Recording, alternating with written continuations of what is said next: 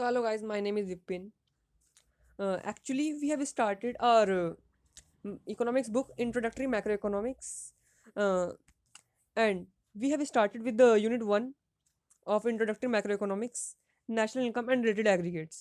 तो उस वीडियो में हमने प्रीवियस वीडियो में कई सारे कंसेप्ट्स कवर किए थे इंट्रोडक्टरी मैक्रो इकोनॉमिक्स की unit one national income and related aggregate से रिलेटेड।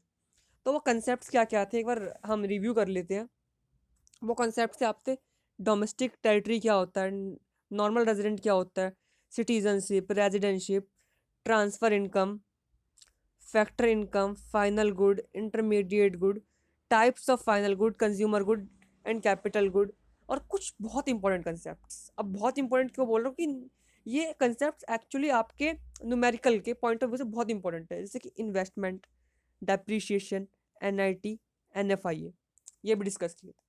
अब इन सभी कंसेप्ट्स को हम यूज़ करने वाले हैं एक्चुअली, जो आखिर के हमने लास्ट फोर कंसेप्ट्स की बात करी है, इनको तो बहुत अच्छे से आपको देखना ही देखना है।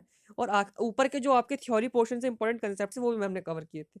सो लेट्स सी, अब देखते हैं हम नेशनल इनकम को कैलकुलेट करने के कितने तरीके हैं। तो बेसिकली नेशनल इनकम को कैलकुलेट करने के तीन तरीके हैं: income method, expenditure method and valued method. इस वीडियो में हम इनकम मेथड को कवर करने वाले हैं। सो देखते हैं अब इनकम मेथड का एक्चुअल मीनिंग क्या है। सबसे पहले तो मीनिंग बताना चाहिए आपको, इनकम मेथड का मीनिंग क्या है। सो according to this method, national income can be calculated by taking sum of factor income earned by all normal resident of a country। मतलब एक देश के अंदर जितने भी नॉर्मल रेजिडेंट है उन सब ने काम किया और उन सबको फैक्टर इनकम मिली, उसका हमने सम किया और वही हो जाती है आपकी नेशनल इनकम। वो हो जाती है आपकी नेशनल इनकम। अब नेशनल इनकम को जो इनकम मेथड है उसके अंदर ना थ्री स्टेप्स है नेशनल इनकम को कैलकुलेट करने के लिए। पहले वो फर्स्ट स्टेप देखते हैं। फर्स्ट स्टेप क्या है नेशनल इनकम कैलकुलेट करने। पहला स्टेप है identification and classification of productive units. तो basically there are three categories of productive unit: primary, secondary and tertiary.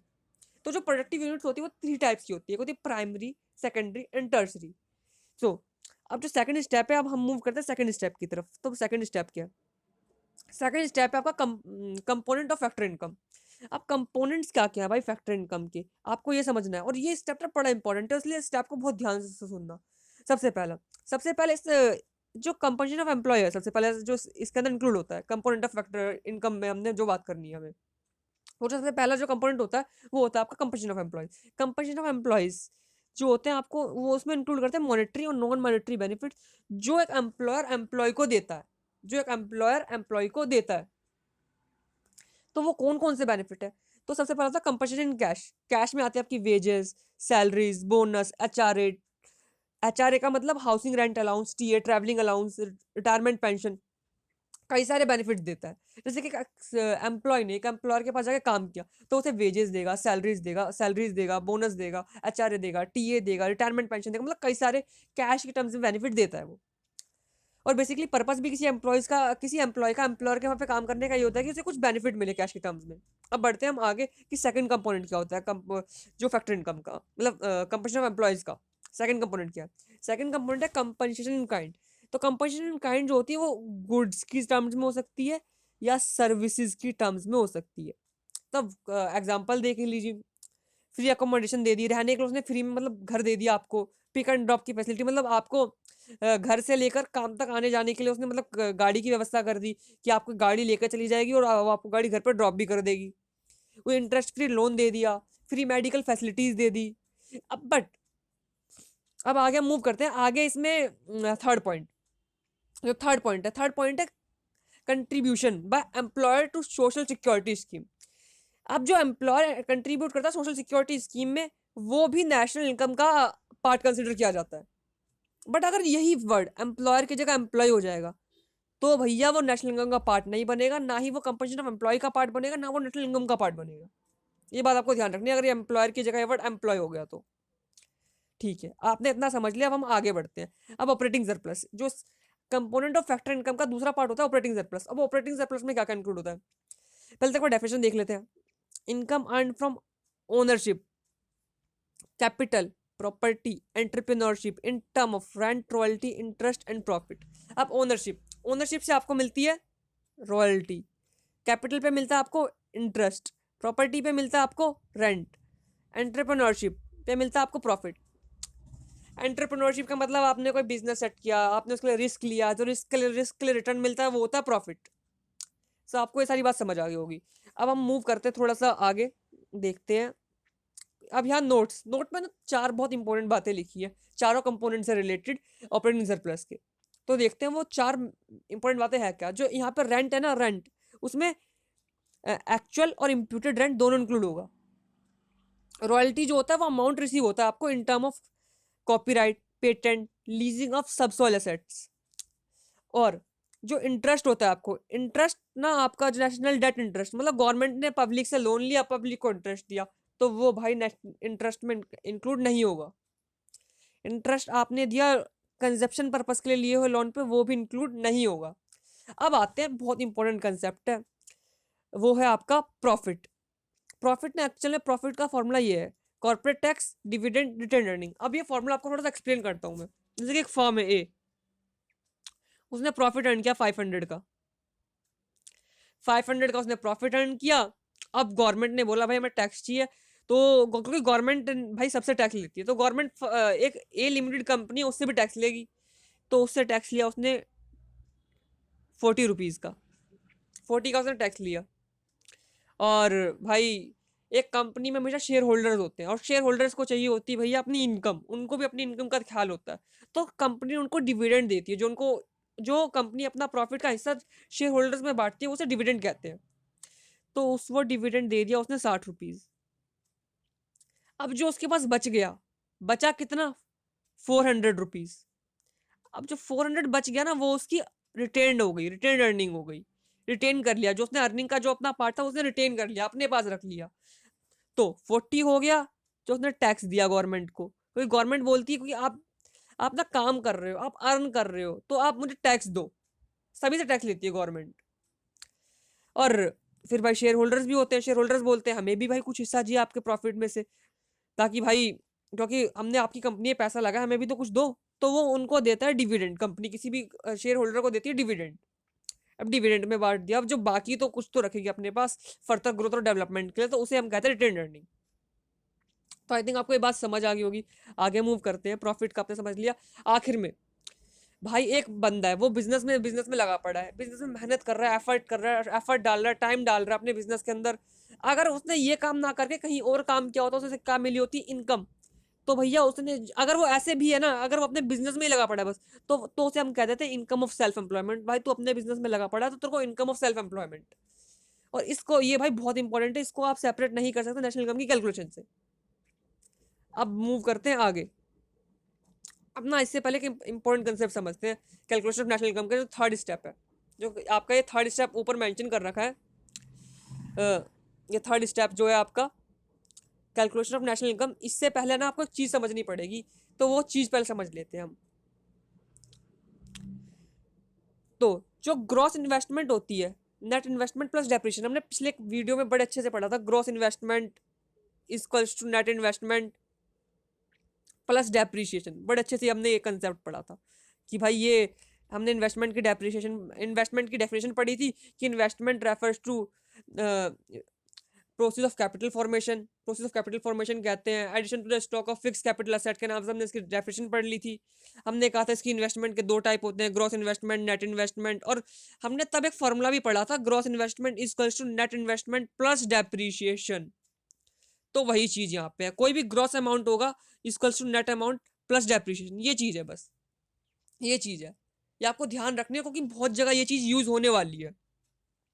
और हमने पिछली वीडियो में NFIA के बारे में पढ़ा था, net factor income from abroad, factor income from abroad minus factor income to abroad करके हमने एक फॉर्मूला पढ़ा था।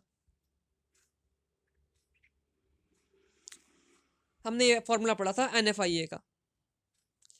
जो NFIA ना हमें नेशनल इनकम और डोमेस्टिक इनकम में ना डिफरेंशिएट करने में हेल्प करती है। कैसे करती है अब देखते हैं। जो नेशनल इनकम होती है वो डोमेस्टिक इनकम प्लस NFIA होती है। ये बात ध्यान रखनी है आपको, बड़ी यूज होने वाली है, बहुत अच्छे से आपको करनी है ये ध्यान। तो अब देखते हैं, अब हम थर्ड स्टेप नेशनल इनकम का, calculation of national income. Calculation of national income से पहले आपको करनी पड़ेगी डोमेस्टिक इनकम कैलकुलेट। अब डोमेस्टिक इनकम कैसे कैलकुलेट करते हैं, डोमेस्टिक इनकम कैलकुलेट करने के लिए जो हमने ऊपर 3 कंपोनेंट देखे थे हमने, हमने 3 कंपोनेंट्स ऊपर देखे थे, वो 3 कंपोनेंट्स क्या क्या थे, हमने ऊपर पढ़े थे, composition of employees, operating surplus, mixed income, ये तीनों का सम करोगे तो आपको मिल जाएगी डोमेस्टिक इनकम, जिसे हम कहते हैं एनडीपीएफसी। हमने पिछली वीडियो में भी हमने कहा था कि NDPFC stands for domestic income और NNPFC stands for national income. अब नेशनल इनकम, अभी हमने यहाँ क्या पढ़ा, national income equals to domestic income plus NFIA, as it is आपको यहाँ करना है। National income equals to domestic income, domestic income क्या है, एनडीपीएफसी, इसमें ऐड कर देंगे हम net factor income from abroad. अब आ गया आपका नेशनल इनकम, खत्म। अभी खत्म नहीं हुआ है, हम अब आगे देखते हैं प्रिकॉशंस। अब प्रिकॉशंस क्या क्या है इसके अंदर, प्रिकॉशंस क्या क्या है, तो चलो लेट्स सी प्रिकॉशंस क्या क्या है इसके अंदर, इस मेथड के अंदर। सो हमने इस मेथड में हमने पिछली वीडियो में भी बात करी थी, जो ट्रांसफर पेमेंट होती है वो नेशनल इनकम में इंक्लूड नहीं होती है। तो इनकम मेथड के अकॉर्डिंग की वो ट्रांसफर पेमेंट जो है नेशनल इनकम में इंक्लूड नहीं होगी। इनकम मेथड के एज पर income method transfer payment will not be included in national income. So what is our second precaution, second precaution जो है हमारी इनकम मेथड के अंदर, वो है income earned from sale of second hand goods will not be included in national income, वो भी national income में इंक्लूड नहीं होगी। Income earn from sale of shares, debenture etcetera will not be included in national income, वो भी national income में include नहीं होगी। अब फोर्थ पॉइंट, जरा कान खोल के अच्छे से सुनना है वाला point, imputed value of services provided by owner of productive unit will be included. ये पहला पॉइंट है जो इंक्लूड होगा। जो मिक्स्ड इनकम हमने बात करी थी, मिक्स्ड इनकम, टाइम पुट कर रहा है, एफर्ट पुट कर रहा है, तो भैया वो इंक्लूड होगा, वो इंक्लूड होगा। Payment out of past saving will not be included, ये नेशनल इनकम में इंक्लूड नहीं होगा। विंडफॉल गेन, जैसे कि लॉटरी से, हॉर्स बैटिंग से आपने इनकम अर्न करी, वो भी नेशनल इनकम में इंक्लूड नहीं होगी। हमने जो पढ़ा, 6 पॉइंट हो गए, फर्स्ट 3 पॉइंट हो गए, ये ना current flow of goods and services को कुछ कंट्रीब्यूट नहीं कर रहे, इसलिए नेशनल इनकम में इंक्लूड नहीं होंगे। रीजन आपको क्लियर होना चाहिए कि क्यों इंक्लूड नहीं होंगे ये। ऐसे नहीं कि इंक्लूड नहीं होंगे, आपने रट्टा मार लिया, आपको समझना पड़ेगा। क्योंकि नेशनल इनकम में अगर कोई चीज इंक्लूड हो रही है ना, वो current flow of goods and services में कंट्रीब्यूट करनी चाहिए। Current flow, current flow of goods and service में वो चीज कंट्रीब्यूट करनी चाहिए। अगर वो ऐसा नहीं कर रही है तो भाई वो नेशनल इनकम में इंक्लूड नहीं होगी। ये बात आपको बहुत अच्छे से ध्यान रखनी है। सो अब हम एक न्यूमेरिकल देख लेते हैं इस इनकम मेथड का। तो वो न्यूमेरिकल है ये रहा, आप देखते हैं न्यूमेरिकल में हम आपको गिवन है ऑल फिगर्स करोड़ के अंदर। Compensation of employees 200, rent 50, royalty 40, interest 20, corporate tax 10, dividend 20, retained earning 50, mixed income 20, NFIA 50 and NIT 70। तो अब आपको कैलकुलेट क्या क्या करना है, आपको कैलकुलेट करना है एनडीपीएफसी और एनएनपीएफसी। सो सबसे पहले कैलकुलेट कर लेते हैं हम एनडीपीएफसी। एनडीपीएफसी, एनडीपीएफसी का मतलब डोमेस्टिक इनकम। डोमेस्टिक इनकम का हमने फॉर्मूला क्या पढ़ा था, compensation of employees plus operating surplus plus mixed income, यही पढ़ा था। अब कंपनसेशन ऑफ एम्प्लॉइज तो आपको डायरेक्ट गिवन है, डायरेक्ट।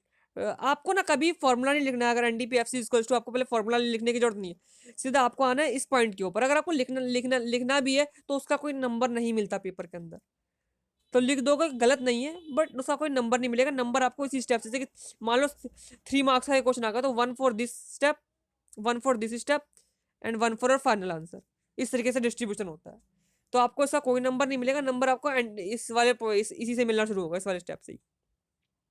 तो compensation of employee, compensation of employee का नंबर क्या है 1, तो हमने 1 डाल दिया। अब हमें चाहिए ऑपरेटिंग सरप्लस। अब ऑपरेटिंग सरप्लस तो भाई 3 चीज़ों का सम होता है, सॉरी 4 चीज़ों का सम होता है, rent, royalty, interest and profit. अब आपको रेंट गिवन है, रेंट गिवन क्या है 50, रेंट क्या है नंबर 2 डाल दिया हमने, रॉयल्टी क्या है 3 पे डाल दिया, 4 पे इंटरेस्ट डाल दिया। अब आपको चाहिए प्रॉफिट। प्रॉफिट का हमने फॉर्मूला पढ़ा था, प्रॉफिट में 3 चीज़ें इंक्लूड होती है, corporate tax, dividend, retained earning, डाल दिया हमने। 5 6 7 नंबर हमने लिख दिए यहाँ पे। और उसमें और आखिर हमने 3 कंपोनेंट पढ़े थे, compensation of employees, operating surplus, mixed income. Mixed income हमको 8 पे गिवन है, लिख दिया हमने 8। अब सारी वैल्यूज हमने डाल दी। 1 पे कंपनसेशन ऑफ एम्प्लॉइज था 200 एज इट इज लिख दिया, rent 50 as it is number 2 पे था। ऐसी सारी वैल्यूज हमने उतार दी, 200, 50, 40, 10, 20, 50, 20, सारी वैल्यूज हमने उतार दी। कंपनसेशन ऑफ एम्प्लॉइज 200 था, डाल दिया, रेंट 50 लिख दिया, रॉयल्टी 40 डाल दिया, इंटरेस्ट 20 डाल दिया, एंड कॉर्पोरेट टैक्स 10 था, हमने लिख दिया as it is, dividend as it is लिख दिया 20, internet earning 50, mix income 20, as it is सारी वैल्यूज डाल दिया आपने, और फिर इन सबको ऐड कर दिया, तो आपका आंसर आ गया 410 करोड़। अब पर हमें सेकंड पार्ट भी तो करना है, बी, तो बी में क्या कैलकुलेट करना है, नेशनल इनकम, एनएनपीएफसी। अब एनएनपीएफसी क्या होता है, नेशनल इनकम इसको डोमेस्टिक इनकम प्लस एनएफआईए, यही फॉर्मूला होता है, डोमेस्टिक इनकम प्लस एनएफआईए जो नेशनल इनकम होती है। अब यहाँ पे हमें आपको 9th नंबर पे हमें एनएफआईए गिवन है, और डोमेस्टिक इनकम अपने ऊपर एज इट इज कैलकुलेट करते हैं, उसको एज इट इज लिख देना एनडीपीएफसी, और एनएफआईए 9th नंबर डालना, आपको एनएफआईए नहीं लिखना है यहाँ पे, क्योंकि अगर लिख दोगे तो कोई गलत नहीं है, बट उसका कोई नंबर तो नहीं मिलने वाला, तो डायरेक्ट हम 9th नंबर डाला, एनडीपीएफसी ऊपर कैलकुलेट किया था 410, और 9th नंबर पे क्या था 50, उठा के लिख दिया, कैलकुलेट किया तो 460 करोड़, ये आपका आंसर आ गया। तो ये न्यूमेरिकल थे, आज के लिए इतना ही। और हम जो फर्दर मेथड है, expenditure method and value added method and other related concepts of national income and related aggregates, वो हम आने वाली वीडियोस में डिस्कस करेंगे। Hope you have like this video, so please to like share and subscribe my channel. Thank you for watching this video.